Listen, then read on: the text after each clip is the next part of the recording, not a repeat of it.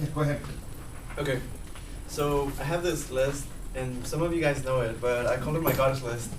And it has people like Emma Watson, Emma Stone, Ellen Page, and some like metal chicks like Issy Hill and Maria Brink. But number one is like my main goddess, and her name is Taylor Momsen. And for you guys who don't know her, she plays in a rock band called The Pretty Reckless. And she was also the little girl that played Tina Luhu in The Grinch. But she was all grown up now, and on October 3rd, I was going to have the honor to finally get to meet her and her band. So that day, I was supposed to go to this concert with a friend, and she bailed on me because she had auditions for band, and I was like, it's fine. It's going to be my first concert on my own, and I wasn't that worried, even though it was like down on 6th Street at this little bar, and I had already heard stuff about how like 6th Street gets so crazy at night. And I'm just like, those are just people drunk making up rumors, is that cool? So I got there pretty early, about, I think it was around 6:30 or 7. Like the sun wasn't even down yet. I was outside waiting for the gates to open. And I'm waiting out there, and there's like a small line forming. And like first 5 minutes I'm there, this like hobo guy like just comes like walking all weird like that. And there's a Hooters right next door, so the girls decide to go on break, and they're just walking around in their bikinis. And this guy goes up to one of them, and he's like, oh, hey girl, let me get your number and all that. And she like turns him away, obviously. So he goes to this girl behind me who's standing next to like this huge guy who I'm guessing was her boyfriend because they were kissing and making out. And he's like, oh, hey girl, and stuff like that, like hitting on her. And the guy was like, hey dude, you better back up or I'm gonna break your effing mouth open and stuff.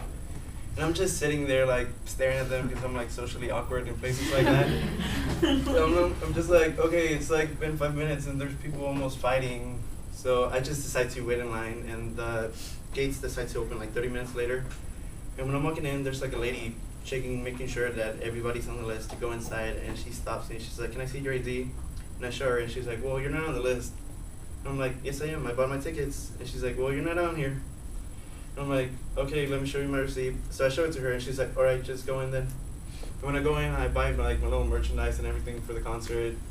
And when I'm waiting there, the first two bands play, and afterwards they announce that the main act is about to play, The Pretty Reckless.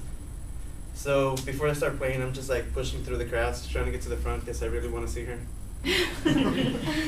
And when she starts playing, like she does all the little, concert stuff where they like reach out, I get to touch her, and I almost die. But like I get pushed back a little up to where there's like 3 girls are at, and they're gonna call them like girl number 1, number 2, and number 3 because I don't really know their names.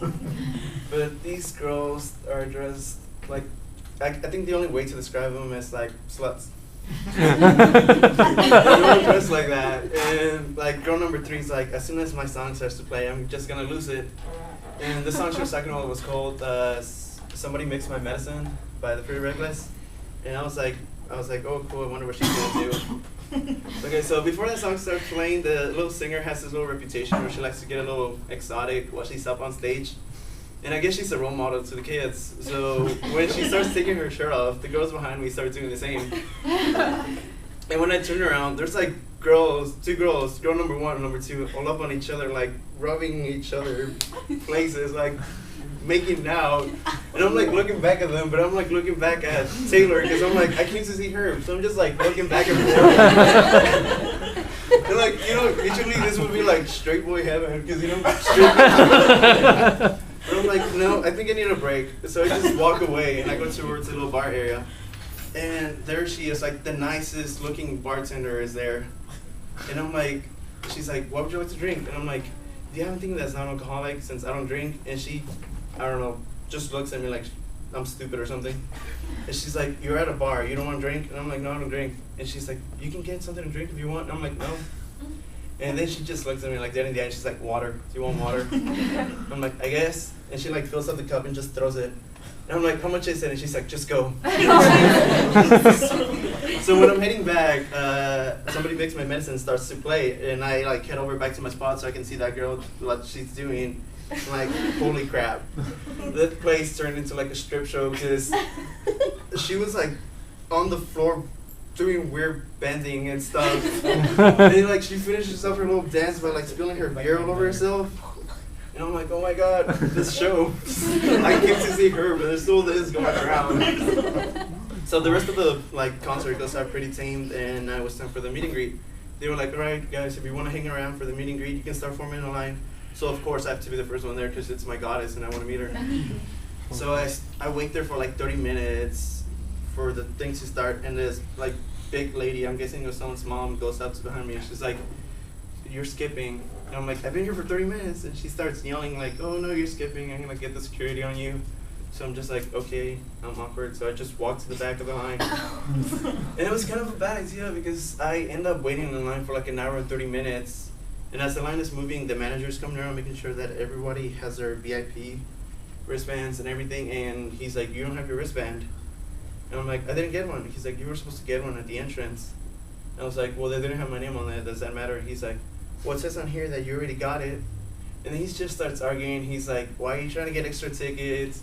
Like, everybody's here to have a good time. You're kind of ruining it. And I'm like, I'm here by myself. Everyone else has their little wristband. Who am I going to get it for? And he's like, all right, I'll let you go this time.